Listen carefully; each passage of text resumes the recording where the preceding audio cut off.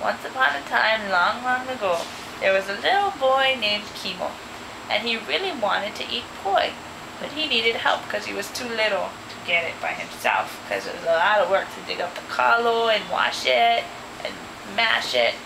So he went around the village to see if anybody would help him and cooperate and be his team partner. And he went to some of the boys and said, "Will you help me pound my poi?" And they said, "No, that's a lot of work. I don't want to have to do that." And so Kimo was very sad. And he went to another boy and he said, "Hi, will you help me pound my poi?" And the boy said, "No, I don't want to help you pound your poi. I'm too busy sitting down." And so he went to a girl and he said, "Hi, will you help me pound my poi?" You know what she said? She said, "No, I don't want to help you pound your poi.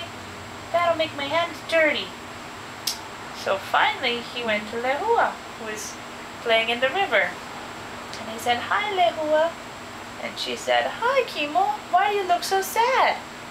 And Kimo said, "Because I want to make poi, but I'm too small to pick up the big pounder by myself."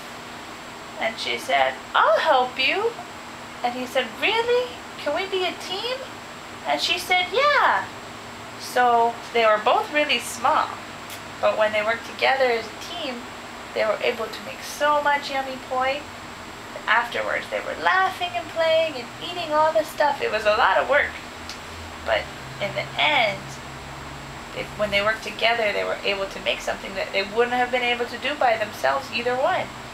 And when they were eating all the poi, all the other kids were watching from behind the bushes and thinking, we should have helped too. So that shows cooperation. Ta-da! Moral of the story is when you have teamwork pays off. Yeah, teamwork pays off, and everybody is happier when they pitch in. And you're a lot stronger when you're together. Yes. United we stand, Divided we fall.